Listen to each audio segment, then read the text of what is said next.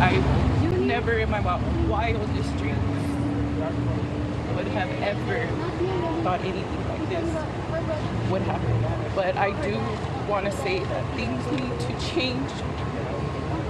We need to be able to feel safe sending our children to school. They need to be able to feel safe, because I know that after this, nothing's going to be the same. That's one mother. Her daughter, 4th grade, survived. She was in the adjoining classroom. Her best friend and cousin, her daughter's best friend and cousin, died in the attacks here in Uvalde, Texas. By coincidence, pure coincidence, just a couple of 100 miles away from here in Houston, Texas, tomorrow, the National Rifle Association has its convention.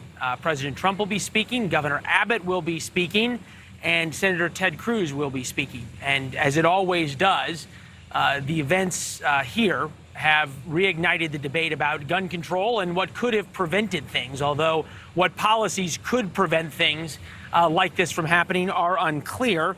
We bring in Vince Colignese of the Daily Caller, also radio host of WMAL in Washington, D.C. What do you make, Vince, optically, forget the politics for a second, of the NRA, of Abbott, former President Trump and the like, not canceling?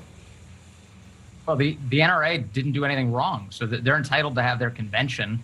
I don't think it's not really a political question. It's an organization that has, for many years, represented the interests of gun owners across America, and they're going to continue at pace. And I think, actually, to assess the politics of it, like if people started canceling out of some form of guilt, I think it would wrongly leave people and ratify the impression that the NRA would have something to apologize for here, when, of course, they don't. They didn't pull that trigger. They didn't go into that classroom.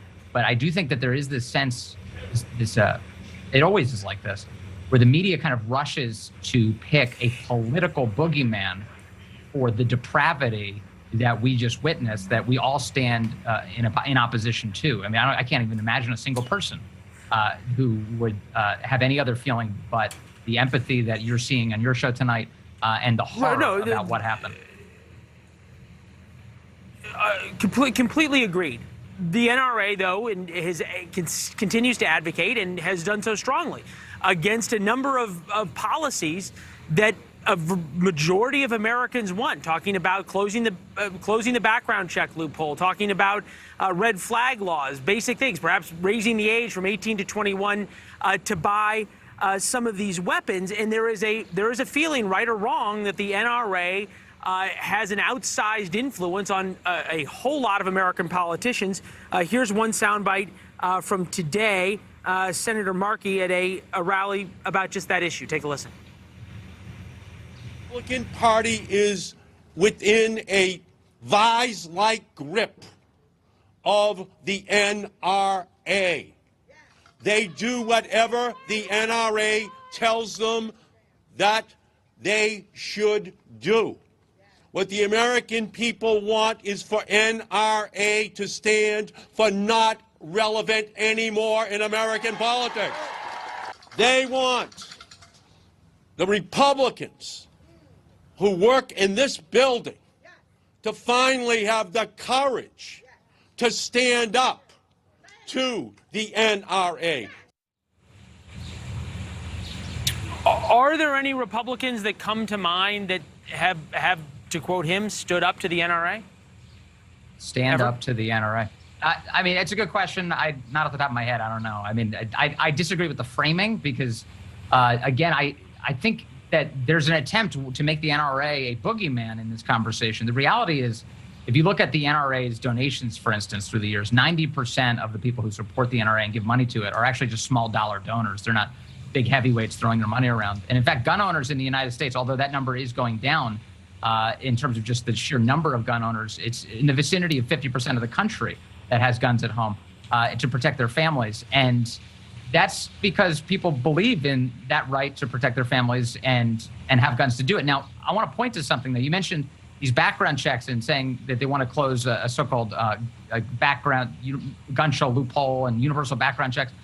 These are things that are being put forward right now as if they would be an answer to what just took place in Uvalde. They would, of course, not actually be an answer to what just took place in Uvalde because the man in question purchased his gun through a licensed dealer and went through a background check. So there's I think, intentional confusion being put out to the American public to suggest that's a fair point. The raising the age limit, which is something that even one of the fathers of a victim who carries a concealed weapon said, hey, yes, I wouldn't be opposed to raising the age limit on things.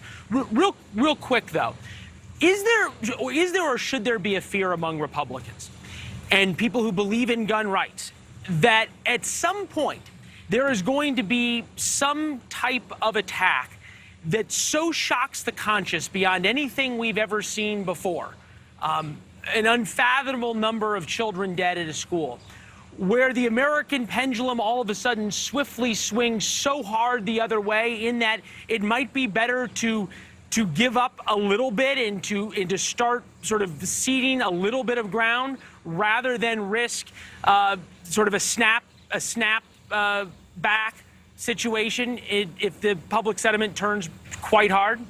This shooting should be the thing that wakes people up. I just, the idea that you could have that many children dead in a classroom, what you have to look at is, you understand what's happening in America. It's not just this shooting inside of this classroom. We're watching as opioid overdoses are destroying the country. Over 100,000 people died last year. You know this, you've been covering it. You've got suicides going to record levels. Birth rates are actually dropping unbelievably across all demographics in the United States. You've got murders going up, carjackings among teenagers. Something is out of control, Leland.